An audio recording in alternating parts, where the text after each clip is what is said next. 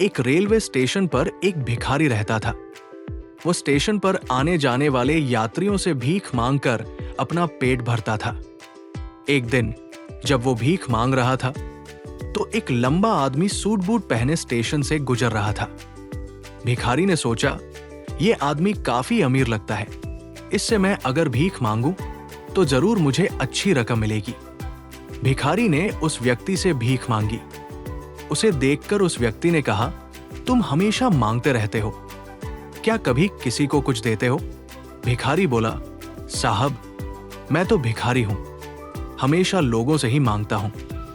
मेरी इतनी औकात कहां कि मैं किसी को कुछ दे सकूं। लंबा व्यक्ति बोला, जब तुम किसी को कुछ दे नहीं सकते तो तुम मांगने का हक कैसे रखते हो? मैं एक व्यापारी हूं और मैं हमेशा लेन देन में विश्वास करता हूं। अगर तुम्हारे पास मुझे कुछ देने के लिए है तभी मैं तुम्हें कुछ दूंगा। इतना कहकर वो आदमी ट्रेन में चढ़ गया और चला गया। भिखारी उस व्यक्ति की बातों पर सोचने लगा। उसे एहसास हुआ कि शायद उसे भीख में ज्यादा पैसे इसलिए नहीं मिलते क्योंकि वो हमेशा मांगता ही रहता है, कभी किसी को कुछ नहीं देता। वो सोचने लगा, मैं तो भिखारी हूं, क्या दे सकता हूं? फिर उसे एक विचार आया। उसने फैसला किया कि अब वो भीख के बदले लोगों को कुछ न कुछ जरूर देगा। लेकिन सवाल यह था कि वो खुद भिखारी है तो वो क्या दे सकता है? 2 दिन तक इस सवाल का जवाब उसे नहीं मिला।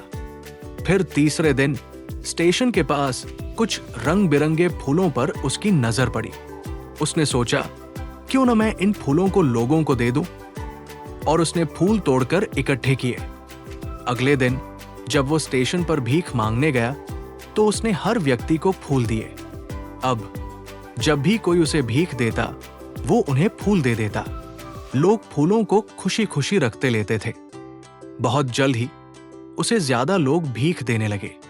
वो रोज फूल तोड़ता और लोगों को बांटता।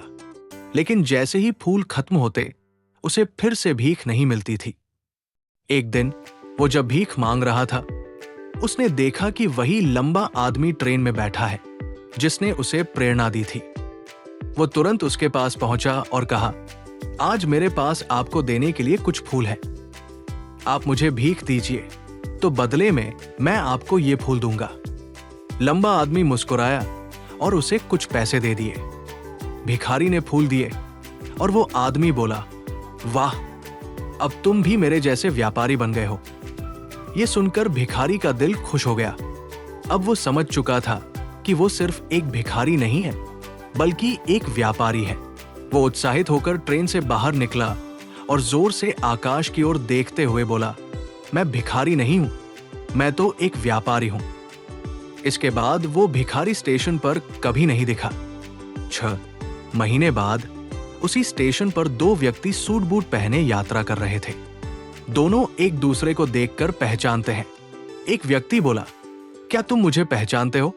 दूसरे व्यक्ति ने कहा, नहीं, मुझे तो लगता है कि ये हमारी पहली मुलाकात है। पहला व्यक्ति हंसते हुए बोला, नहीं, हम पहली बार नहीं मिले हैं बल्कि तीसरी बार मिल रहे हैं। दूसरा व्यक्ति बोला, मुझे याद नहीं आता कि हम पहले 2 बार कब मिले थे। पहला व्यक्ति मुस्कुराया और बोला, मैं वही भिखारी हूं जिसे आपने पहली बार भीख देने से मना किया था और दूसरी बार आपने मुझसे फूल खरीदे थे।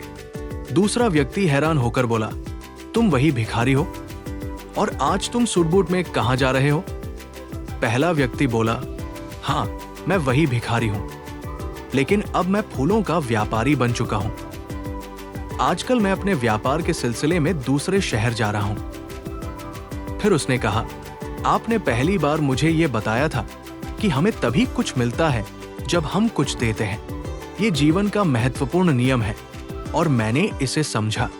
जब मैं फूल बांटता था तब लोग मुझे पैसे नहीं दे रहे थे बल्कि वे फूलों का मूल्य चुका रहे थे। अब मैंने समझ लिया है कि मैं व्यापारी बन चुका हूं।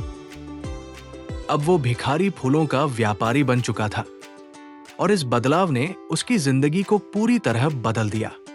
इस कहानी से हमें यह सीखने को मिलता है कि अगर हम अपनी सोच बदलें तो हम किसी भी स्थिति से बाहर निकल सकते हैं।